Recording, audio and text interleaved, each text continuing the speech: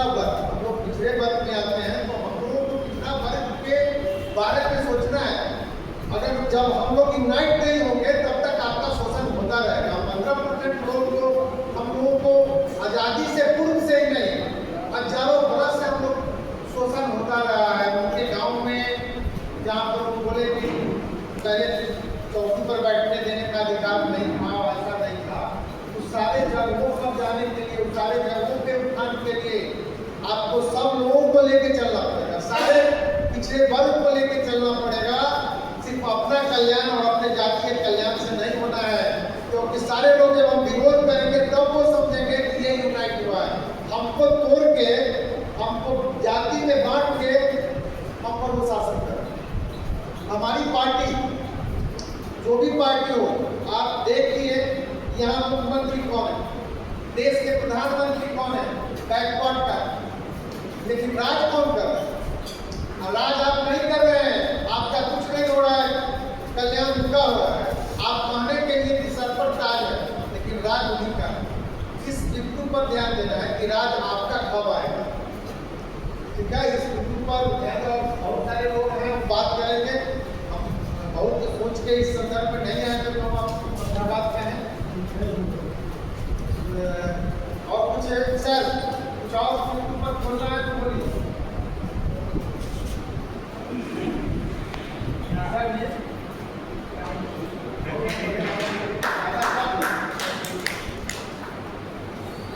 समारोह की अध्यक्षता करते आदरणीय दीदी नलिनी, मंच का संचालन करते इंजन कुमार साहब, सम्मानित मंच रानी बस स्टैंड मीठा वहीं पर हमारा गांव हुआ।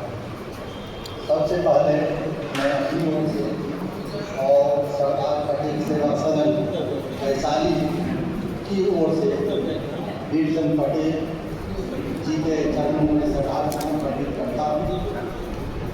और आज के परिस्थिति में जो समाज में चल रहा है, सबसे पहले आपसी एकता की कमी, उस पर हम लोगों को चिंतन करने की जरूरत है। और कुछ समय, बहुत अधिक नहीं तो कुछ समय हर एक व्यक्ति का दायित्व होता है कि समाज के प्रति सोचे और उसके प्रति पहल करें। जो आदमी समय दे करके कुछ कर सकते हैं करें, जो आदमी के पास समय नहीं है वो कम से कम डाल दीजिए अपना नाम, विचार के रूप में ही, सिद्धांत के रूप में ही, मनोबल के रूप में ही जो लोग काम कर रहे हैं उनको प्रोत्साहित करें, उनके मनोबल को बढ़ावें।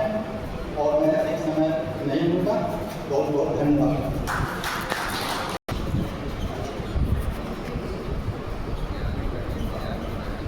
गौरव पुरुष वीरचंद पटेल के 115वीं जयंती में के अध्यक्षता कर रहे हैं गार्जियन टीपी रवि जी, मंच के संचालन कर रहे हैं मृत्युंजय जी, अनिल पटेल जी, पटेल सेवा संघ के अध्यक्ष परमानंद जी, महासचिव शैलेंद्र जी, अनीता जी, अनिल बाबू, तमाम साथी लोग, बहुत खुशी की बात है कि हम लोग धीरे धीरे अपने जो हमारे जो समाज के महान विभूति थे उनको हम लोग देर ही सही लेकिन हम लोग उनको याद कर रहे हैं और किसी न किसी रूप में उनको हम लोग अच्छी तरह से याद कर रहे हैं। अभी नई दौर है, नया है, हम लोग देर जाके हैं, संख्या भले ही कुछ कम है, लेकिन ऐसे करके जागृति फैलेगी और हम लोग एक समय आएगा कि हम लोग बृहद पैमाने पर वीरचंद पटेल जी जयंती मनाएंगे। और हमने थोड़ा जो वीरचंद पटेल जयंती के बारे में जो पढ़ा है, जाना है, उसमें उनके जो इतिहास है उसे पढ़ने से लगता है कि वो भी एक दृढ़ संकल्प आदमी थे, स्वाभिमानी आदमी थे और उन्होंने जो किसी को वचन दिया उसको ईमानदारी के साथ ईमानदारी पूर्वक उसको पूरा करते। उस समय भी भाग दौड़ की खेती की राजनीति होती थी, वही कहानी जो पिछड़ा के साथ होता था। उनको मुख्यमंत्री बनने से एक साजिश के तहत रोका गया, जिस तरह सरदार पटेल को प्रधानमंत्री बनने से रोका गया। तो ये सब हमारे समाज के साथ साजिश होती है और ये सब जो हुई है ये सब आगे समाज को बताने का जरूरत है कि किस तरह से आपके साथ साजिश की जाती है, बहुत हिसाब से रहना चाहिए। और जो हम लोग की मांग है वीरचंद पटेल पद पर वीरचंद पटेल का मूर्ति बननी चाहिए। तो इसके लिए हम लोग को भी जो सहायता होगी, जो जरूरत पड़ेगी, किस रूप में होगी, हम लोग अध्यक्ष जो वीरचंद पटेल विचार मंच के जो अध्यक्ष हैं विप्लवी जी, उनके साथ हम लोग हैं और इन्हीं सब बातों के साथ अपनी बात को समाप्त करेंगे। धन्यवाद।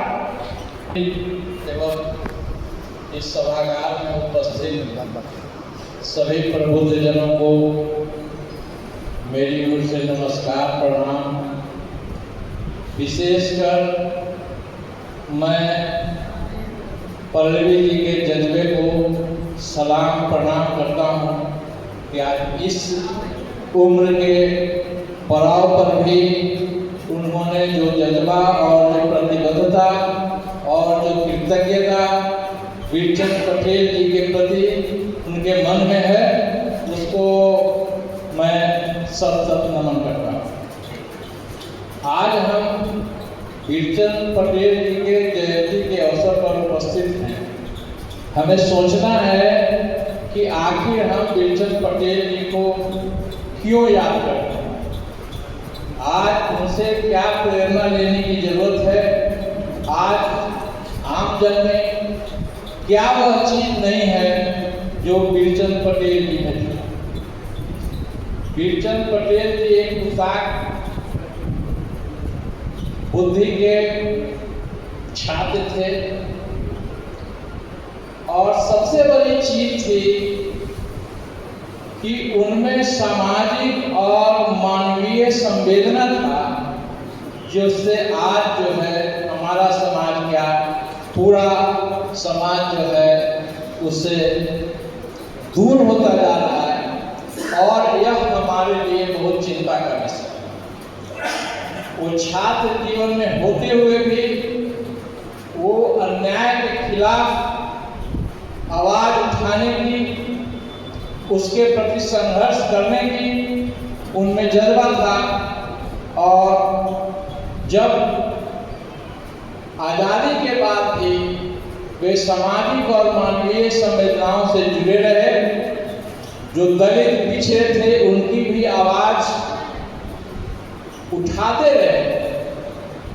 तो आज जो हम अपने समाज में देख रहे हैं कि जो सामाजिक संवेदनाएं जो शून्यता की ओर बढ़ रही है, उसका साक्षात प्रमाण हम आज इस उपस्थिति को भी लेकर के कर सकते हैं। और जो आज की राजनीति है उसमें भी सामाजिक संवेदना न तो सामाजिक संवेदना है और न मानवीय संवेदना। मित्रों, यदि सामाजिक संवेदना के विहीन कोई भी राजनीति तो समाज के लिए उपयोगी नहीं हो सकती। तो आज के राजनीति में भी जो लोग हैं और समाज के लोग हैं, उन्हें समझना होगा कि सामाजिक संवेदना, मानवीय संवेदना कितना जरूरी है। आज ये स्थिति है कि सामाजिक कार्यक्रमों में ये हम दिलचस्पी नहीं लेते हैं और सामाजिक कार्यक्रमों की बात छोड़ दें तो हम अपने परिवार में भी बाल बच्चों परिवार के साथ भी जो है बैठने का जो प्रथा था वो धीरे धीरे समाप्त हो रहा है। तो जब हम अपने बच्चों में वो संस्कार नहीं देंगे, जब हम अपने बच्चों को समाज क्या होता है, ये दुनिया क्या है, जब तक उसको नहीं समझाएंगे, समाज से सरोकार नहीं रहेगा, तो हम उसे शिक्षा दे करके भी उसको माने एक सही नागरिक नहीं बना सकते हैं, समाज के लिए उपयोगी नहीं बना सकते हैं, देश के लिए उपयोगी नहीं बना सकते हैं। इसलिए ऐसे कार्यक्रमों में भी अपने बच्चों और परिवार के साथ आना जरूरी है, ताकि वही जो है आगे की पीढ़ी जो तैयार होगा उसमें अपना संस्कार और भाव देंगे।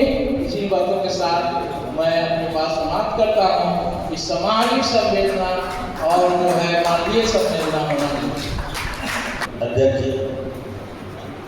49 अभिभावक सभागार में उपस्थित अभिभावक साथी, आज हम जुटे हैं श्रद्धेय वीरचंद पटेल जी की जयंती समारोह में। जैसे मृत्युंजय बाबू ने कहा, बहुत लंबे समय से हम लोग भी हाजीपुर में यह आयोजन करते रहे हैं। छोटे ही स्तर पर लेकर स्तर पर होता रहा है, लेकिन लंबे समय से मनाते रहे हैं। इस बार विप्लवी जी का कहना हुआ कि हाजीपुर जो होता है वो पटना में इस बार करेंगे और आप लोग भी शामिल हुई। वैसे हाजीपुर के देसरी में वीरचंद पटेल स्मारक महाविद्यालय उनके नाम पर संचालित है, वहाँ कार्यक्रम हुआ है और यहाँ हम लोग उपस्थित हुए हैं। तो इस मौके पर बहुत कुछ नहीं कहते हुए सबसे पहले वीरचंद बाबू को श्रद्धा निवेदित करते हैं और आप सबों को भी साधुवाद देते हैं कि आप दूर दूर से यहाँ आए हैं समारोह में। इसी तरह जुटे विचार विमर्श हो और कुछ संदेश समाज के लिए लेकर जाए। धन्यवाद।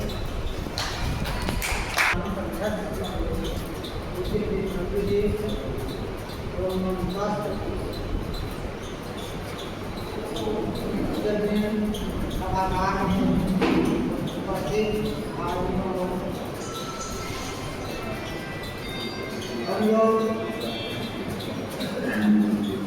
सेवा भवन में वीरचंद पटेल जी 177वीं जयंती को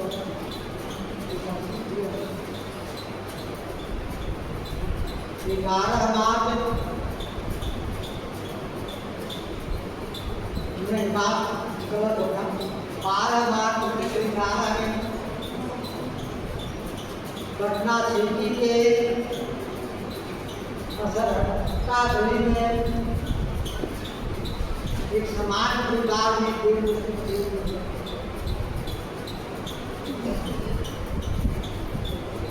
आदिपुर पढ़ाई लिखाई हुई,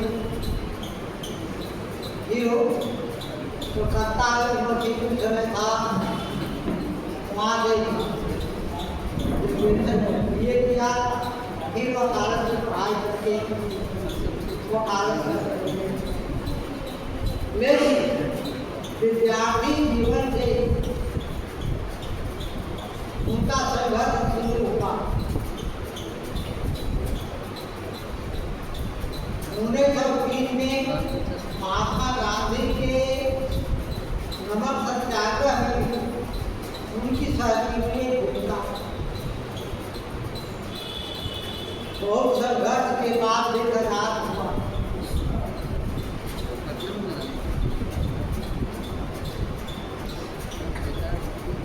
तो 3 घटनाएं कहीं पढ़ा, जब वीरचंद पटेल पद में थे, क्वार्टर में रहते थे, क्वार्टर में रहते थे, 5 नंबर साइड में रहते थे, 5 नंबर, लेकिन कहीं बाहर से आ रहे थे, कोई घटना घट गई, कोई श्रीमती जी मंत्री थे, उन्होंने उस घायल व्यक्ति को अपनी जीप पर बैठा लाकर अपने से ड्राइव करते हुए जीप हाथ में लिए मंत्री होते हुए भी वे घायल को अस्पताल तक स्वयं पहुंचाया। यह उनकी संवेदना था।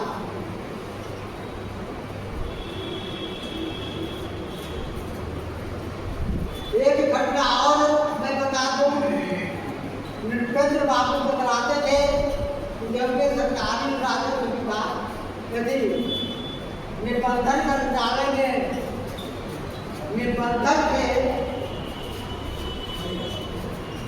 उस समय का हंगामा में वो एक सज्जन उसने गुरु कीर्तन पटेल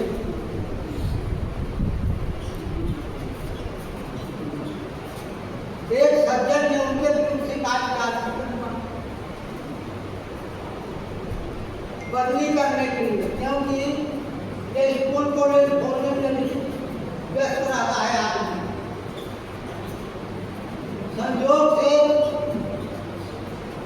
गुप्त जी मंत्री जी के पास पहुंचे थे और उसी समय वो आदमी पहुंचा जिसने गुप्त जी को बदली करवाने के प्रयास कर रहा। गुप्त जी के सामने उस आदमी देखा, पटेल साहब ने देखिए जब स्कूल कॉलेज खोलने में तो 3 साल को महीना रहने का जिससे क्या हो गया कॉलेज खोल सके। तो इस तरह से सामाजिक काम वीर चंद्र पटेल हमेशा आगे रहते।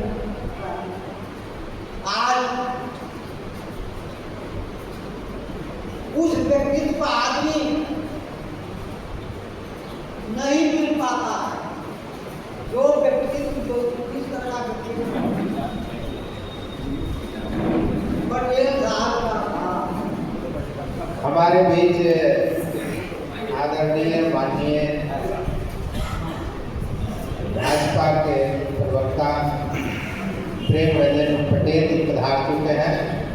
हम उनका तहे दिल से स्वागत करते हैं।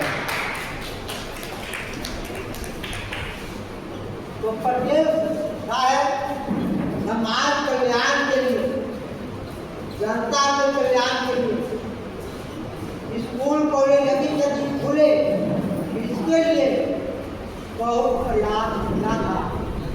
यह संयोग था कि उनकी आयु बहुत लंबी नहीं रही, 55-56 साल की उम्र में 7 दिसंबर 1966 को इस दुनिया को छोड़कर वे चले गए। लेकिन इस पद पर वे रहे अपने जीवन काल तक। जो भी भाग सरकार की ओर से दिया गया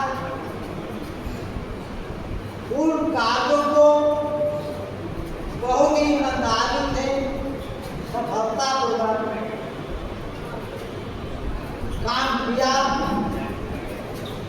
आज हमारे बीच नहीं है, लेकिन उनका जो आदर्श था उसे हमें अपनाने की जरूरत है।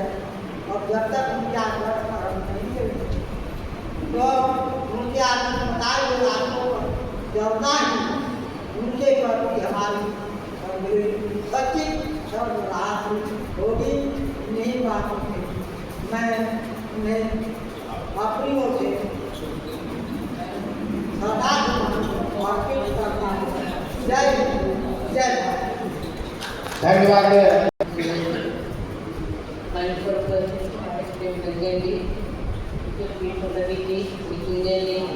पटेल सेवा समिति ब्रह्मानंद जी, शैलेंद्र जी, अनिल पटेल और सभा में उपस्थित हमारी बहन जयश्री जी और हमारी बहनें जो बैठी हुई हैं, अजीत जी, प्रबोध जी, अनिल जी, सभी का हार्दिक अभिनंदन और वंदन करते हैं। आज बीरचंद पटेल की जयंती पर हम लोग यहाँ उपस्थित हुए हैं, ये हमारे लिए बहुत ही खुशी की बात है। हमारा बिहार का इतिहास बहुत ही गौरवपूर्ण रहा है, लेकिन हाँ, बिहार हमारा शुरू से हर चीज में आगे रहा है। या हम धर्म के क्षेत्र में देखें, सांस्कृतिक के क्षेत्र में देखें, साहित्य के क्षेत्र में देखें, राजनीतिक के क्षेत्र में देखेंगे, दोनों के क्षेत्र में बिहार की इस धरती पर एक रत्न पैदा हुआ जिसे हम बीरचंद पटेल के नाम से जानते हैं। बीरचंद पटेल का जन्म उस समय हुआ जिस समय हमारा देश आंदोलन के लिए लड़ रहा था। बीरचंद पटेल की उस लड़ाई में मुझे और उन्होंने बढ़ चढ़कर इस आंदोलन में भाग लिया। इसी लड़ाई में उन्हें महात्मा गांधी जी से बहुत ही प्रभावित हुए, जिसके कारण उन्होंने महात्मा गांधी की बहुत सारे युगों में सहायता किया, जैसे नमक सत्याग्रह, असहयोग आंदोलन, सब उन्होंने बढ़ चढ़कर हिस्सा भी लिया है, जिसके कारण उन्होंने जेल जानी पड़ी, जेल की यातनाएं भी सहनी पड़ी। ऐसे राजनीतिक जीवन उनका देखा जाए बीरचंद पटेल जी का तो आज़ादी के बाद शुरू हुआ है। 1946 में उनका शुरुआत हो गया था, लेकिन जब बिहार का मंत्री परिषद बना उस समय उन्हें बहुत सारे पद मिले, जिनको उन्होंने बहुत अच्छे से निभाए, और जो भी उनको पद मिला उसमें अपना छाप को जरूर छोड़े हैं। जैसे कृषि विभाग हुआ, स्वास्थ्य मंत्री हुआ, राजस्व मंत्री हुआ, वित्त मंत्री हुआ। कृषि विभाग में रहते हुए उन्होंने समस्तीपुर में कृषि अनुसंधान संस्था का बनाया। रांची में है तो स्वास्थ्य मंत्री रहते हुए हॉस्पिटल खुलवाया। बिहार में पहली बार वित्त मंत्री की व्यवस्था इतनी अच्छे तरीके से किए और सफल भी हुए। बीरचंद पटेल का ऐसे जीवन देखा जाए तो उन्होंने देश के लिए, समाज के लिए जितना किया है वो बहुत ही किया है, लेकिन देश और समाज के लोगों ने उनके लिए क्या किया? आज बीरचंद पटेल की मूर्ति की बात हो रही है। जो व्यक्ति हमेशा है वो समाज और देश के लिए करते रहे, लेकिन हम समाज के लोग उनकी एक मूर्ति स्थापित नहीं कर पाए। ये बीरचंद पटेल पर है जिस पर आज के युवा या कोई भी दिन भर में कम से कम डेली 2 बार जीवन आते जाते रहता होगा, लेकिन क्या हमारे आज की युवा पीढ़ी को मालूम है कि बीरचंद पटेल कौन थे? उनका हमारे बिहार के इतिहास से क्या नाता था? उनका क्या है सो हिस्ट्री रहा है, जिसके कारण बीरचंद पटेल पद का नाम रखा गया है। इसलिए बिहार की युवा को, आज की युवा पीढ़ी को बीरचंद पटेल के हिस्ट्री के बारे में जानने के लिए या उनको बताने के लिए आज बहुत जरूरी हो गया है कि हम बीरचंद पटेल की मूर्ति स्थापित करें, ताकि यही बहाने हमारे आज की युवा पीढ़ी उनको जाने और उनके बारे में हमें कम से कम साल में 2 बार तो उन्हें याद करें। इसलिए ऐसे महान पुरुष का मैं बार बार नमन करती हूँ और मैं चाहती हूँ कि बीरचंद पटेल की मूर्ति स्थापित हो। नमस्कार।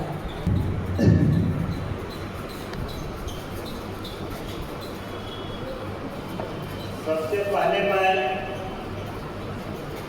अग्रज बिपिन विप्लवी का बहुत बहुत आभार व्यक्त करता हूँ, क्योंकि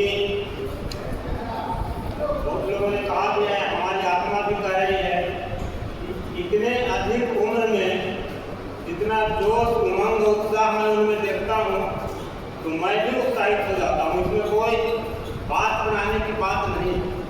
और एक बात और मैं आगाह कर देता हूँ, मैं थोड़ा भुलक्कड़ आदमी, समय बहुत कम लूँगा। इतनी कम संख्या में मुझे बोलने का भारतवर्ष में कहीं मौका नहीं मिला, लेकिन यह अफसोस की बात नहीं है। कम आदमी भी अच्छे ढंग से काम करके समाज को बदल सकते हैं। आज बहुत एक बात आप मैं कह देना चाहता हूँ कि मैं जब बोलता हूँ, मैं व्याख्यान भाषण नहीं कहता हूँ, मैं संवाद कहता हूँ। और उम्र हमारी बहुत कम नहीं है, बस 10 महीना में 65 वर्ष की उम्र में रिटायर करने वाला हूँ।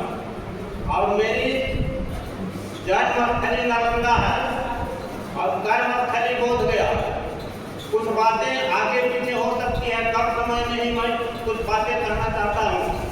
आज भी मैं अवकाश लेकर मगध विश्वविद्यालय से आया। नौकरी करने वालों के पास समय की बहुत कमी है।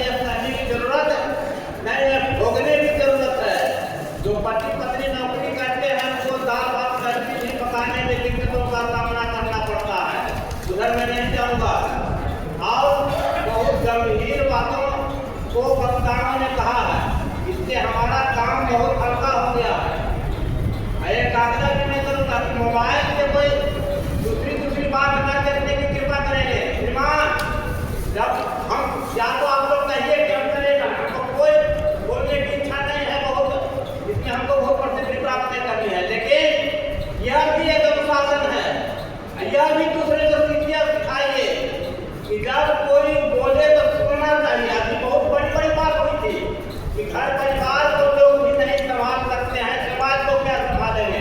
मैं भी उसका समर्थन करता हूँ।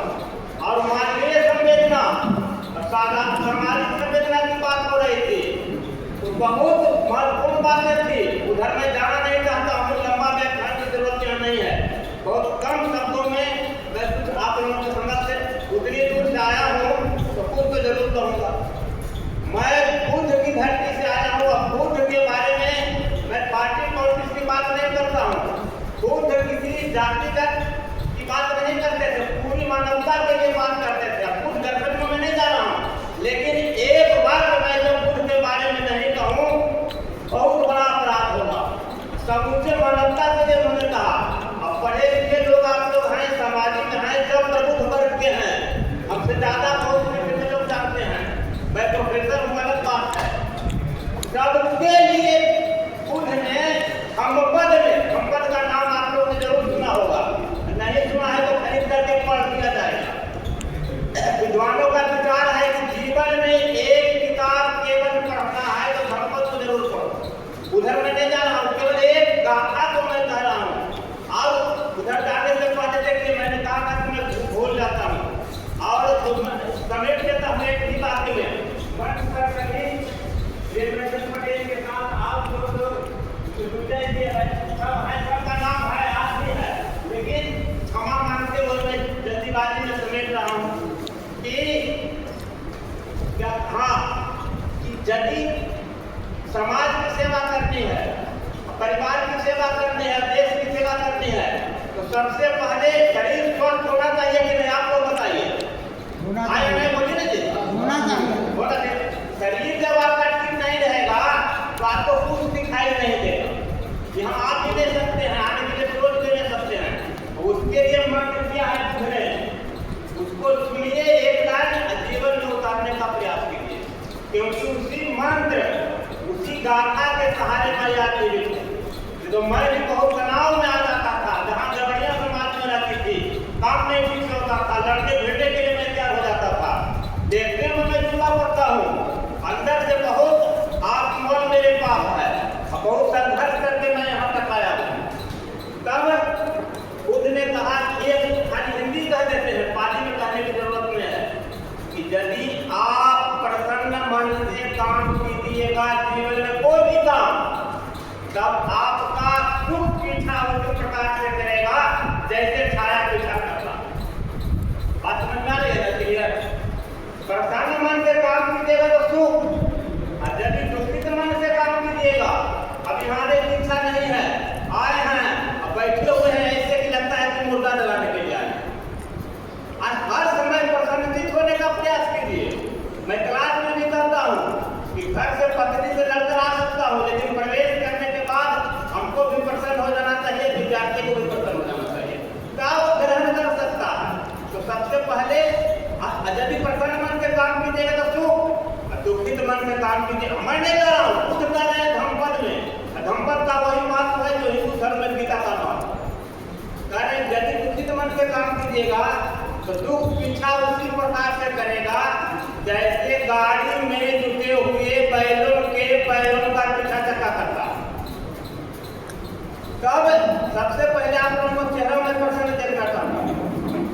देखिए आप देखिए, मुस्कान आ रही है धीरे धीरे, सबका चेहरा हर समय प्रसन्न होना चाहिए। कितनों संकट में है, लेकिन मुँह करके देखिए जरा, आप गोरे हैं कि काले हैं कि दुबले हैं कि मोटे हैं, कोई लेना देना नहीं है। मुस्कुराइए, उसके बाद आईना में देखिए कि कैसा लगता है। तो खैर बुद्ध की बात हो गई। अब जहाँ तक वीरचंद पटेल के रास्तों पर चलने की बात है, कह देने से कुछ नहीं होगा। यहाँ मूर्ति स्थापित होने की बात हुई, बहुत अच्छी बात है, लेकिन मेरा कहना है मूर्ति स्थापित जरूर हो, लेकिन उसके बाद सबके हृदय में वीरचंद पटेल की मूर्ति स्थापित होनी चाहिए। कहने का मतलब क्या है कि बात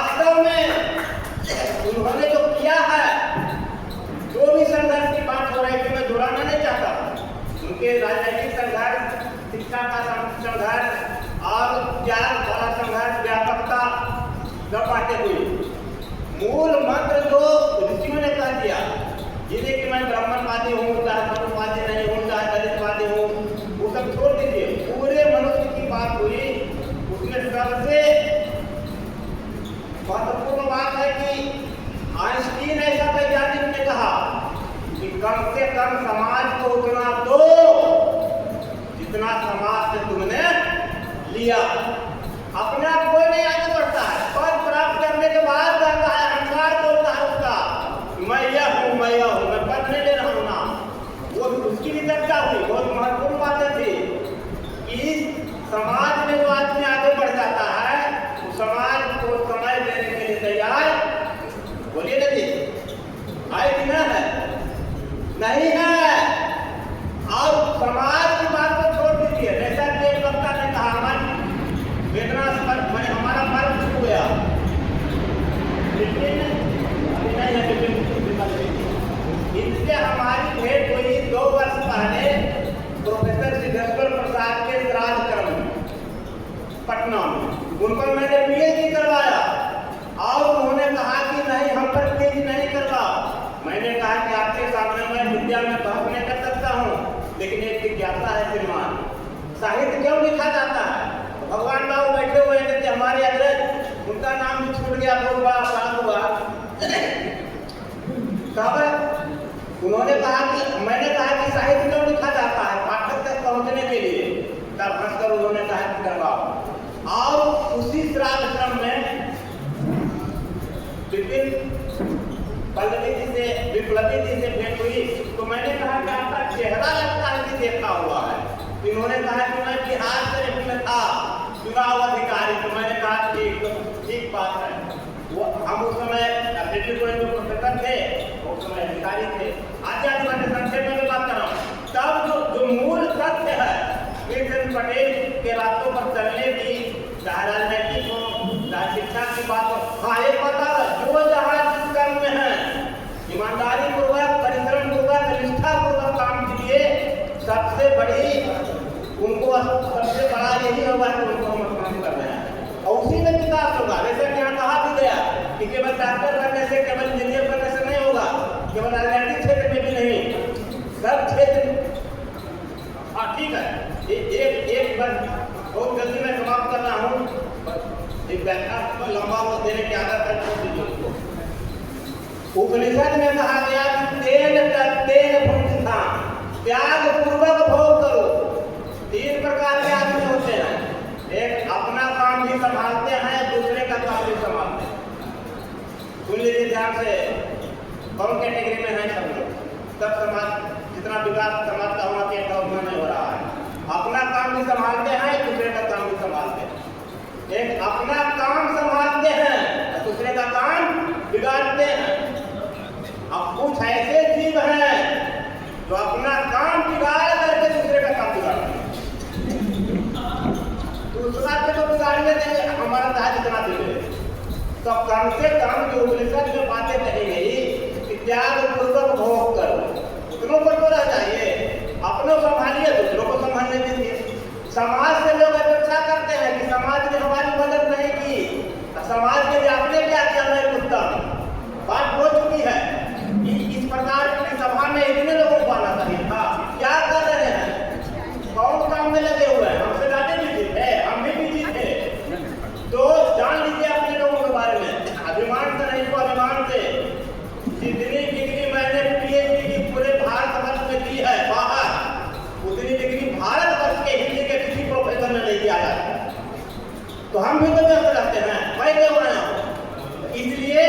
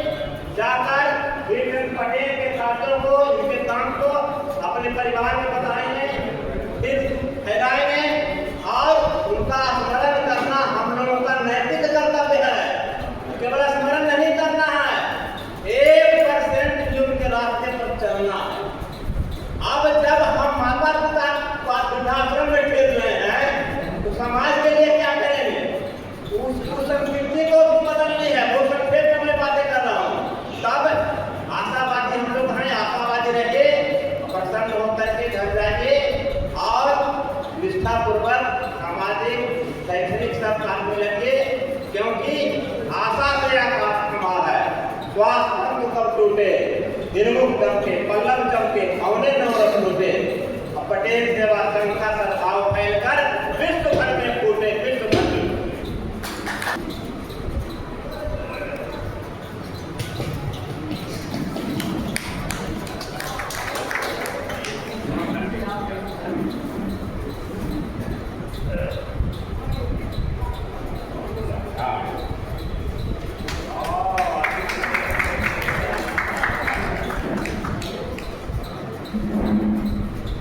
अंतिम चरण आज इस सभा का और विजय पटेल जी की जयंती मनाई जा रही है। मैं 2-3 बात कह देना चाहता हूँ। अभी कार्याधिक्य के कारण हमारे प्रेम रंजन जी जैसे सुयोग्य और नामी वक्ता जिनका पूरा सुनने से हम लोग नहीं सुन सके, लेकिन मैं उम्मीद करता हूँ इनकी आवश्यक बातें होंगी। इनसे हम लोग भी पहले जब एमएलए थे तो भी ये हम लोग की सभा में आते थे और आकर जो भी मन करता था बहुत अच्छी बात है, हम लोगों को सीखने का मौका मिलता था। तो खैर 2-3 बात इस संबंध में लोग कहते हैं कौन है सिंहों की लहरें नहीं साधन चले सभा। आप दोनों से मुझे कहते हुए प्रसन्नता होती है। आप 10, 20, 30, 40 जो ही आते हैं ये समाज के सिलेक्टेड आदमी होते हैं जिनका कुछ कर्म होता है और कुछ उस कर्म का फल नहीं जानते हैं और फल के मुताबिक आगे चलने की क्षमता होती है। तो एक बहुत बड़ी बात है जो हम लोग जितने आते हैं इंटेलेक्चुअल आते हैं ज़्यादातर। और जैसे अभी यहाँ बैठे हुए हैं वो डॉक्टर आभाजी हैं, हमारे कई लेखकगण हैं और वो लोग लेखकगण विचारक हैं। अभी औरंगाबाद से आए एक आदमी बोले, अभी प्रोफेसर साहब बोले, इन लोगों की जो ऊंचाई है साहित्य के जगत में, विद्वता के जगत में बहुत कम लोग आते हैं।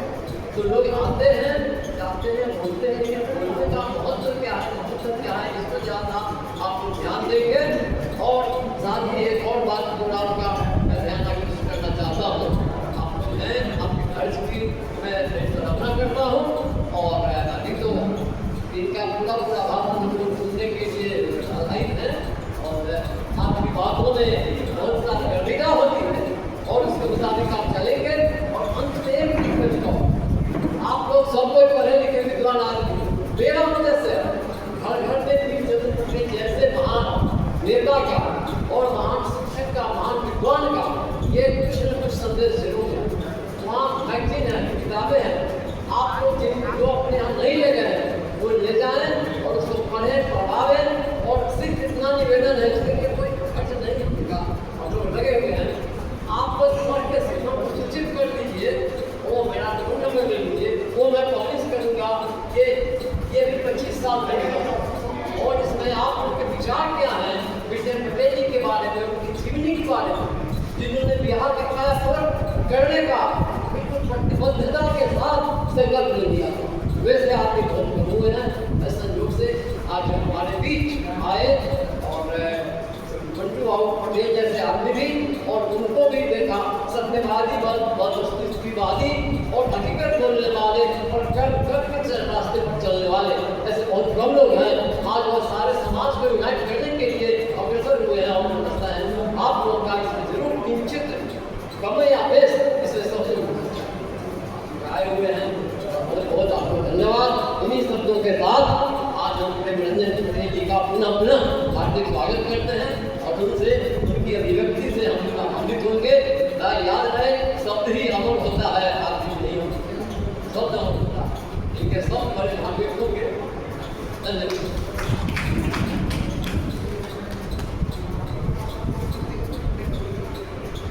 धन्यवाद हम सब लोगों के अभिभावक और इस कार्यक्रम के कर्ता धर्ता आयोजक विपिन विप्लवी जी, संचालन कर रहे मृत्युंजय जी,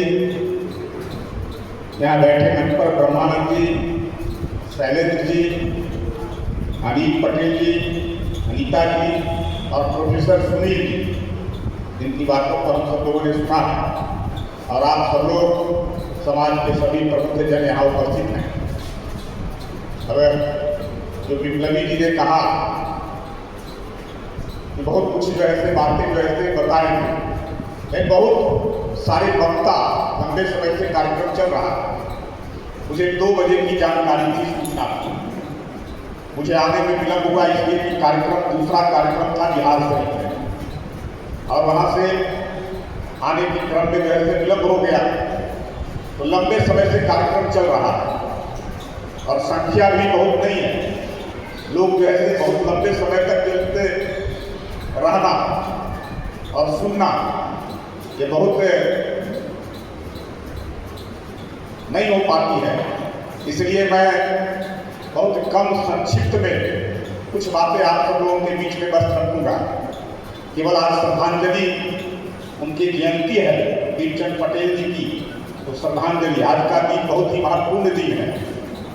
अगर वीरचंद पटेल जी की 1911 में 12 मार्च को जन्म हुआ था, तो आज ही के दिन 12 मार्च 1930 को अंग्रेजों के खिलाफ नमक सत्याग्रह दांडी मार्च का निकाला, गांधी जी के नेतृत्व में निकाला गया था। तो आज का दिन बहुत ही महत्वपूर्ण दिन है। लेकिन वीरचंद पटेल जी हम सब लोग जानते हैं कि कितने आदर्शवादी व्यक्ति थे, महापुरुष थे। उनका बहुत बड़ा योगदान आज़ादी की लड़ाई में भी रहा है और आज़ादी के बाद भी इस राज्य के विकास में रहा है। भले वो मुख्यमंत्री नहीं बन सके, लेकिन मैं जानता हूं कि पिछड़े वर्गों में अगर मुख्यमंत्री का कोई प्रथम उम्मीदवार था और दावेदार था तो वीरचंद पटेल जी थे। जो सारी क्षमताओं को जो है कि उनके अंदर था वो बन सकते थे, लेकिन पिछड़े समाज के आने के कारण वह नहीं बन सके। मैंने जैसा जानता हूं कि जब आजादी के बाद चुनाव के बाद श्री बाबू का जब चुनाव मुख्यमंत्री का चुनाव हो रहा था, उसमें 2 उम्मीदवार थे, श्री कृष्ण सिंह और अनुग्रह नारायण सिंह। वीरचंद पटेल जी का साथ और समर्थन या एसोसिएशन अनुग्रह बाबू के साथ था। जब इनके पास श्री बाबू आए इनसे अपना समर्थन मांगने के लिए, तो उन्होंने साफ तौर पे कहा कि मैं आपको समर्थन नहीं कर सकता, मेरा संबंध जो है अनुग्रह बाबू के साथ है और मैं जब भी रहूंगा तो अनुग्रह बाबू के साथ ही रहूंगा, इसलिए आपका साथ नहीं दे सकता। आदि की 2 टूक जवाब, सीधा सीधा जवाब अगर कोई दे सकता है राजनीति में तो ऐसे व्यक्ति वीरचंद पटेल जी। लेकिन सरकार बनी, श्री बाबू मुख्यमंत्री हो गए, लेकिन अनुग्रह बाबू के साथ रहने के बावजूद इनकी प्रतिभा के कारण इनको मंत्री के तौर पे बनाया गया। बाद में भी ऐसे मंत्री है। जब मुझे जानकारी है कि अनुग्रह बाबू का जब निधन हो रहा था तो उनके अपने जो बेटे थे सत्येंद्र नारायण सिंह छोटे बाबू, वो अपने पास इनको बुलाए और सत्येंद्र बाबू को भी बुलाए और सत्येंद्र जी को हाथ इनके हाथ में देकर करके उन्होंने कहा कि वीरू, अब ये छोटे का हाथ तुम्हारे हाथ में दे रहा हूं, इसकी जिम्मेवारी, इसका देखभाल तुम्हारी जो है हो। ये सत्येंद्र नारायण जी ने किया। छोटे बाबू जब उनका साथ मिला तो वो सांसद बन के दिल्ली चले गए और दिल्ली जाने के बाद वो जब आते थे तो वीरचंद पटेल जी की जो कोठी थी जिसमें रहते थे, उसी में सत्येंद्र बाबू आकर करके रुकते थे और आकर करके श्री बाबू के खिलाफ कुछ न कुछ जो है योजना बनाते थे। राजनीतिक प्रतिद्वंदता होती है, जब उनके पिताजी उनके प्रतिद्वंदी थे तो वो भी प्रतिद्वंदी हो गए थे। जब श्री बाबू बुला करके वीरचंद पटेल जी को कहा कि आप मेरे मंत्रिमंडल में मंत्री हैं, सदस्य हैं और आपके घर में सत्येंद्र नारायण सिंह आते हैं, रुकते हैं और मेरे खिलाफ साजिश रचते हैं, तो आप जो है कि उनको या तो रोकिए और नहीं तो आप अपने घर में ठहरने नहीं। इन्होंने कहा कि अनुग्रह बाबू जो है मरते वक्त जो है मेरे जिम्मे उनको लगा करके गए थे, मैं उनको नहीं रोक सकता हूं और न मैं ठहरने से भी जो है अपने घर में उनको रोकने से मना कर सकता हूं। अगर आपकी इच्छा है आपको मंत्रिमंडल से मुझे हटाने का तो आप हटा दीजिए, लेकिन मैं उनको रोक नहीं सकता। ये 2 टूक जवाब देने वाला अगर कोई व्यक्ति था तो ये वीरचंद पटेल जी थे। ऐसे व्यक्ति थे हम सब लोग जानते हैं कि कई विभागों के मंत्री रहे हैं, लेकिन वित्त मंत्री के तौर पे जो उनका कार्य रहा है, जब उनको जिम्मेवारी दी गई तो राज्य या सरकार जो है बिहार की सरकार ओवरड्राफ्ट में चलती थी, वित्तीय प्रबंधन सही तरीका से नहीं होता था। लेकिन जब इनको जिम्मेवारी मिली तो इन्होंने जो वित्तीय प्रबंधन को ऐसे ठीक किया और ये सरप्लस जैसे बजट इन्होंने बनाया, जो कर्ज राज्य के ऊपर था उस कर्जे को समाप्त करने का काम किया। इससे प्रभावित होकर करके और केंद्र में भी जैसे इनको बुला करके वित्त मंत्री बनाने का प्रस्ताव दिया गया, लेकिन उन्होंने कहा कि नहीं, मेरी जिम्मेवारी बिहार की है और बिहार पिछड़ा हुआ है, बिहार की आवश्यकता मेरी है, इसलिए मैं अभी आपके साथ ऊपर नहीं आ सकता हूँ दिल्ली, मुझे बिहार में ही रहने दीजिए, बिहार में ही काम करने दीजिए। और वह वित्त मंत्री के तौर पे बिहार में ही काम करते रहे। लेकिन अगले चुनाव के उपरांत ये तय कर लिए थे कि अगर जो है सरकार फिर से जो है आएगी तो हम जो है बीरचंद पटेल जी को ही केंद्र में वित्त मंत्री बनाने का काम करेंगे। लेकिन उसके पहले जो है उनका निधन हो गया, इसलिए वो केंद्र में वित्त मंत्री बनने से वंचित रह गए।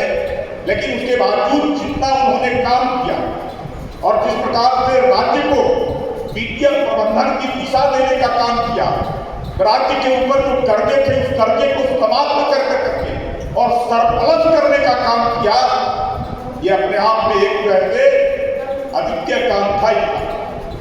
इनकी प्रतिभाएं इस प्रकार का जो है, और आज जो है जिसकी चर्चा जो है बहुत सारे लोगों ने किया हुआ पहले, और प्रोफेसर सुनील जी ने कहा कि मूर्ति लगाने की बात हो रही है।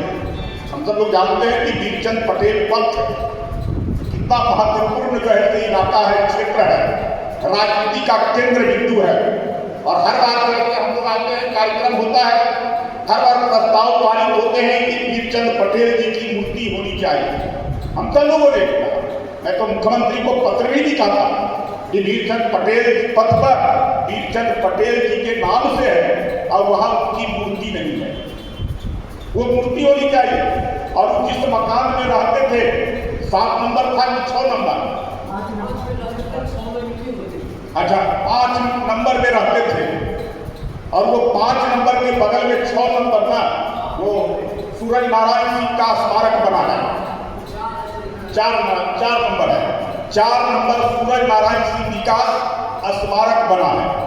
तो 5 नंबर में बीरचंद पटेल जी रहते थे, उसको भी स्मारक के तौर पे घोषित करना चाहिए। और बीरचंद पटेल जी की मूर्ति जो है अवश्य रूप से बननी चाहिए। मैं कई बार विप्लवी जी को धन्यवाद देता हूँ कि इतने उम्र में, और जो उन्होंने कहा कि भाई उम्र अधिक है और उसके बाद कहीं की दवा पर मेरी जिंदगी चल रही है, लेकिन उसके बावजूद इस प्रकार से अपनी सक्रियता बरकरार रखते हैं। और बीरचंद पटेल जी के उनको उनकी जयंती पुण्यतिथि के अवसर पर कार्यक्रमों का आयोजन करना, लोगों को एक साथ जुटाना, लोगों की अपनी भावनाओं को जो है रखने के लिए प्रेरित करना, ये अपने आप में जो है मिसाल है।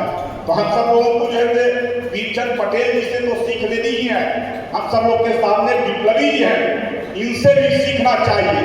और कैसे जो है समाज के हित में हम सब लोग इस काम को कर सके, जिससे आने वाली पीढ़ियां जो है प्रेरणा ले सके बीरचंद पटेल जी की। और इस पटेल पथ पर जो है मूर्ति उनके रहने वाले आवास को स्मारक के तौर पे घोषित किया जाए। इसके लिए अगर जरूरत हो तो एक समिति बना करके उस समिति के माध्यम से और फिर से प्रयास, मैंने कहा कि पहले भी मुख्यमंत्री को मैंने पत्र लिखा था बीरचंद पटेल जी की मूर्ति यहाँ स्थापित करने के लिए, फिर से प्रयास जो है होना चाहिए। और सरकार भी है, इस सरकार से जो है हम लोगों को बहुत सारी उम्मीदें हैं और ये सरकार कर भी सकती है। इसलिए हम सब लोगों को केवल प्रयास की आवश्यकता है, सब लोग मिलकर के सामूहिक तौर पर अगर प्रयास करेंगे वह भी काम होगा। राजनीति का केंद्र का इलाका जो है बीरचंद पटेल पथ पर बीरचंद पटेल जी की एक मूर्ति का स्थापित हो, जिससे आने वाले जो है हमारी पीढ़ियां जो है उनकी प्रेरणा ले सके और उनके आदर्शों को अपना करके समाज को एक नई दिशा दे सके और बिहार को आगे बढ़ाने के लिए, प्रगति के रास्ते पर, विकास के रास्ते पर ले जाने के लिए सब लोग अपना योगदान और समय देते रहे। यही जो है उनकी सच्ची श्रद्धांजलि होगी वीरचंद पटेल जी की। तभी जो है हम सब लोग ये जयंती पुण्यतिथि उनका मनाते हैं, उसका कोई जो है हम सब लोग जो है मना करके उनको श्रद्धांजलि दे सकते हैं। इतना ही कहकर करके मैं अपनी बात समाप्त करता हूँ। आप सब लोग लंबे समय से बैठे हुए हैं, होली आने वाला जो है कल से होली का त्योहार प्रारंभ हो जाएगा, इसलिए होली की आप सब लोगों की बहुत बहुत शुभकामना और बधाई देता हूँ। आने वाला समय होली आप सब लोगों के जीवन को रंगमय और आनंदमय बनाए, मैं बनाए, यही कामना करता हूँ। बहुत बहुत धन्यवाद।